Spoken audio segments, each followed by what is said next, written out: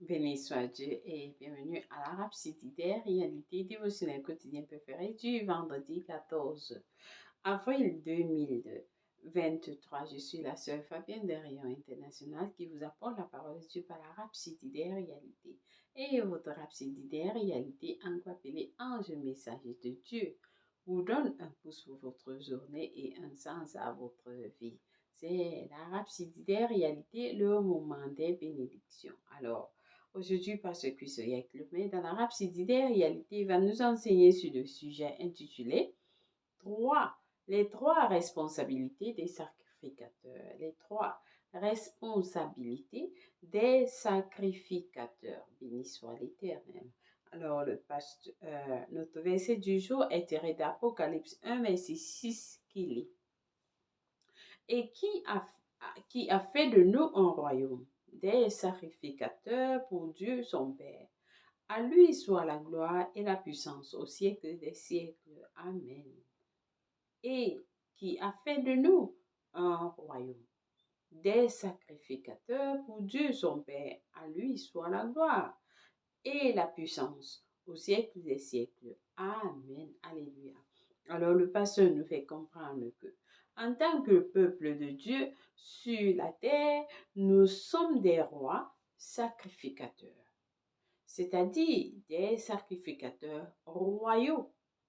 1 Pierre 2, verset 9 dit, vous au contraire, vous êtes une race élue, un sacerdoce royal, une nation sainte, un peuple acquis, béni soit Dieu. Alors le pasteur nous dit, quelles sont les responsabilités d'un sacrificateur? Quelles sont les responsabilités d'un sacrificateur? Les responsabilités d'un sacrificateur sont en trois volets.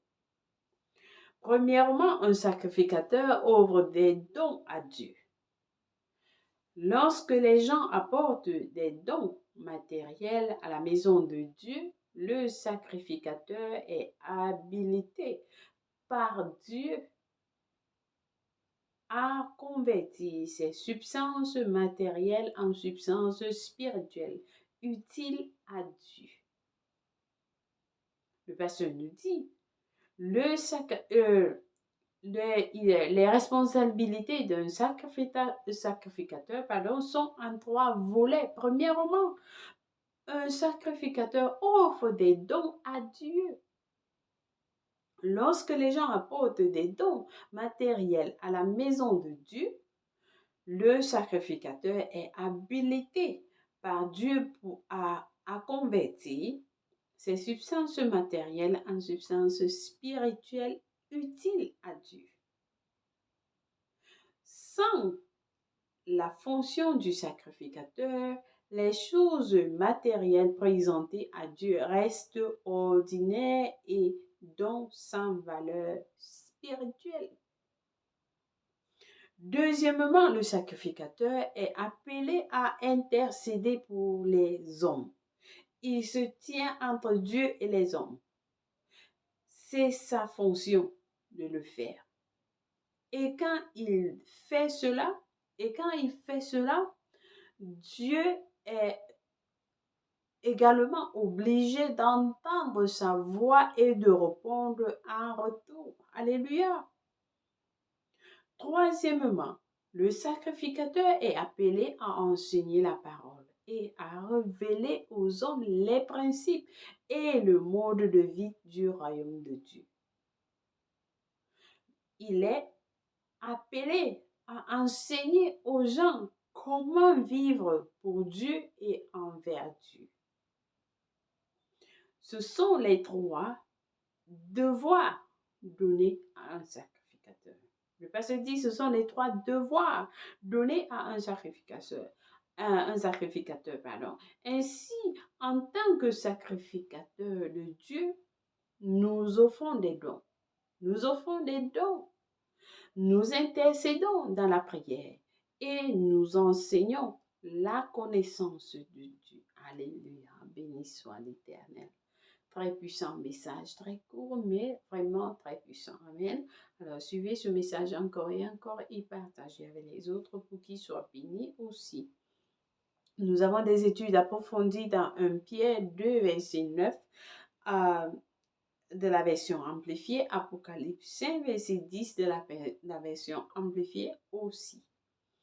Et nous allons passer à la prière du jour ensemble. Nous allons dire, cher Père, merci pour les énormes responsabilités que tu m'as confiées en tant que roi sacrificateur.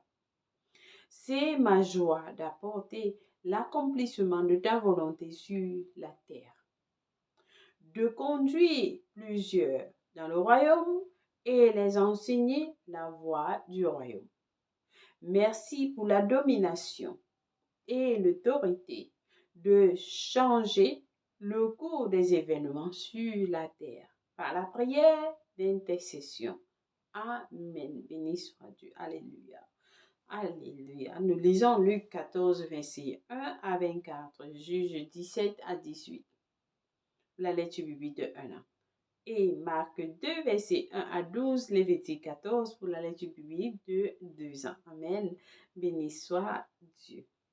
Et alors, si quelqu'un n'est pas encore né de nouveau, voici l'opportunité pour vous de recevoir ou de prier la prière du salut selon la Bible dans le livre de Romains 10, versets 9 à 10. Alors, priez avec moi en disant, ô Seigneur Dieu, je crois de tout mon cœur en Jésus-Christ, le Fils du Dieu vivant. Je crois qu'il est mort pour moi à la croix et Dieu l'a ressuscité des morts. Je crois qu'il est en vie aujourd'hui. Je confesse avec ma bouche que Jésus-Christ est le Seigneur et le Sauveur de ma vie.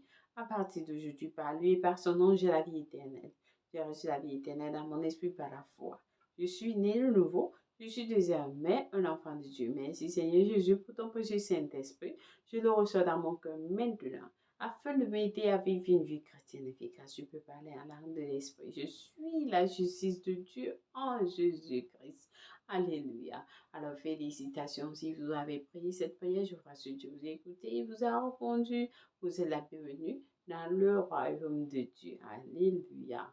Alors, sachez que le Seigneur vous aime et nous avons ce livre intitulé Maintenant que vous êtes nés de nouveau qui vous enseigne ce que vous avez reçu lorsque vous donnez votre vie en Christ. Très important de recevoir ce livre écrit par notre homme de Dieu parce que c'est Yakilomé.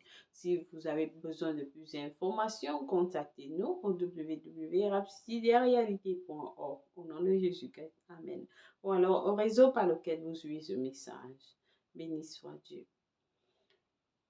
Joyeux anniversaire à quelqu'un de spécial. Si vous célébrez votre anniversaire aujourd'hui 14 avril, nous vous souhaitons un excellent, merveilleux et béni anniversaire au nom de Jésus-Christ. Que la gloire de Dieu soit avec vous maintenant et pour toujours au nom de Jésus-Christ. Amen. Merci d'avoir suivi la Rhapsodie des réalités dévotionnelles quotidiennes de ce jour. Je vous aime et le Seigneur Jésus-Christ vous aime plus et personnellement. Au revoir. Bonne journée. Bye.